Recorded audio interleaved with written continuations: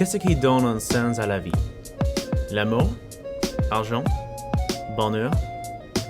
Le nihilisme est une école de pensée qui pose. Rien de tout cela n'est la réponse. Cette vie n'a aucun sens. Un film de 1974 de Jacques Perrac suit un jeune homme qui le découvrait. Et ça vaut la peine d'en parler.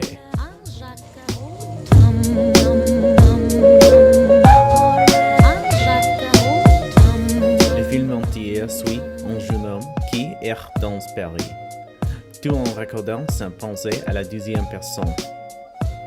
Il est vite établi qu'il est contrarié. Prenez par exemple cette première narration. Tu prépares comme chaque jour un bol de Nescafé. Tu y ajoutes comme chaque jour quelques gouttes de lait concentré sucré. Tu ne te laves pas. Tu t'habilles à peine. La première fois que j'ai vu ce film, c'est ici que j'ai fait quelques hypothèses. Puisque cet homme est déprimé et qu'il n'a fait aucun effort et n'a gagné aucune joie, j'ai eu une pensée. Est-il déjà mort et maintenant en purgatoire? Je vous éviterai les ennuis. Non, il ne l'est pas. Pour regarder cela, je vous parler de steak.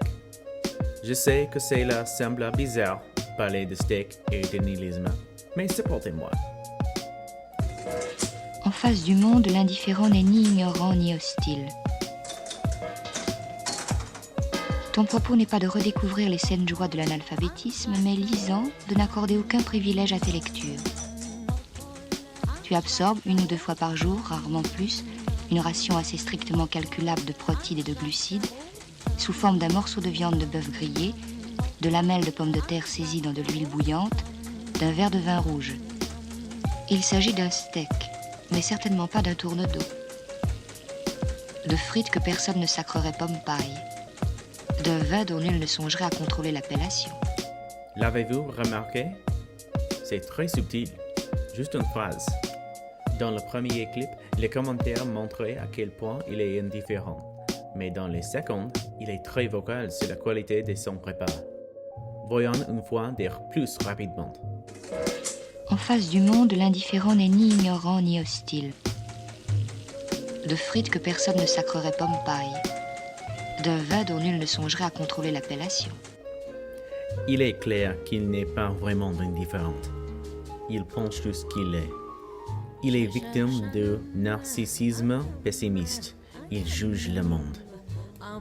Parce qu'il voit la vérité, il est meilleur que le monde et tout le monde. Il est devenu narcissique.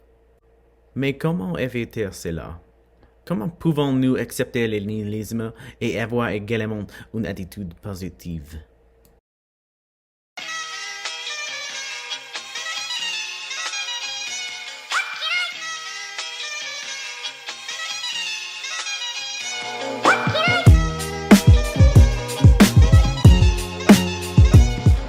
Comment? Pourquoi je fais du théâtre? Eh bien, je me le suis souvent demandé. Et la seule réponse que j'ai pu me faire jusqu'à présent vous paraîtra sans doute d'une décourageante banalité. Tout simplement parce qu'une scène de théâtre est un des lieux du monde où je suis heureux. Albert Camus était un philosophe français prolifique du XXe siècle, bien qu'il aurait nié le titre.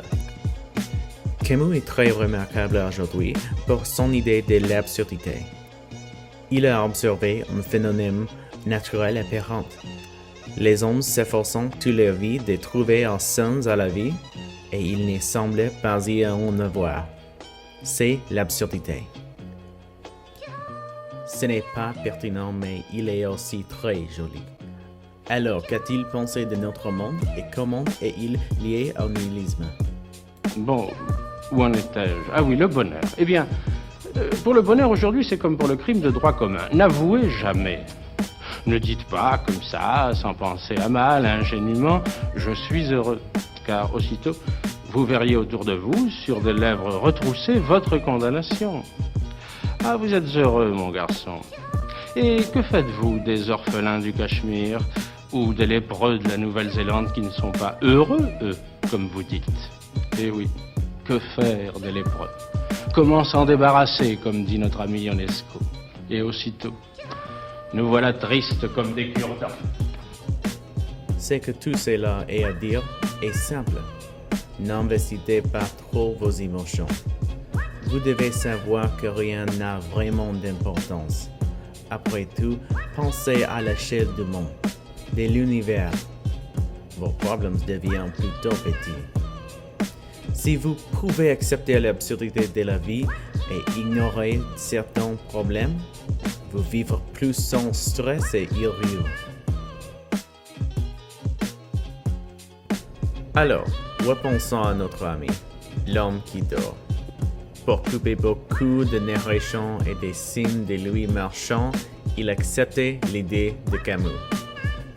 Le film est très symbolique et utilisant des images de la société s'effondrant pour montrer sa vision du monde s'effondrer, mais l'essentiel est là.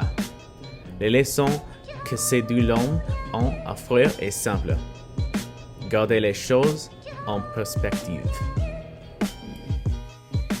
Tu rentres dans ta chambre et tu t'affales sur ta banquette trop étroite. Tu organises les fissures du plafond.